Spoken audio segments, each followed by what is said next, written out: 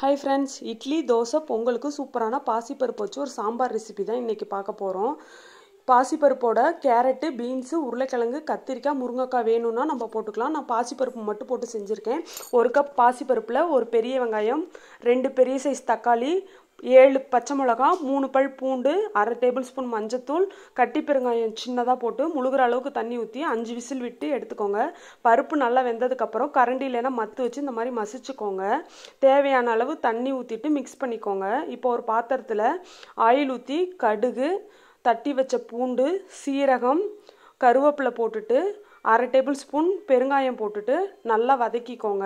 இதை நம்ம மிக்ஸ் பண்ணி வச்சுருக்க பருப்பில் ஊற்றிட்டு 1/2 டேபிள் ஸ்பூன் கொத்தமல்லி தூள், தேவையான அளவு உப்பு போட்டுட்டு நல்லா மிக்ஸ் பண்ணிக்கோங்க. கடைசியாக கொத்தமல்லி இலை தூவி இறக்குனீங்கன்னா சூப்பரான டிஃபன் சாம்பார் ரெடி. இந்த சாம்பார் இட்லி, தோசை, மிளகு பொங்கலுக்கெலாம் சூப்பராக இருக்கும். கண்டிப்பாக ட்ரை பண்ணி பார்த்துட்டு எப்படி இருந்துச்சுன்னு கமெண்ட் பண்ணுங்கள். Bye friends.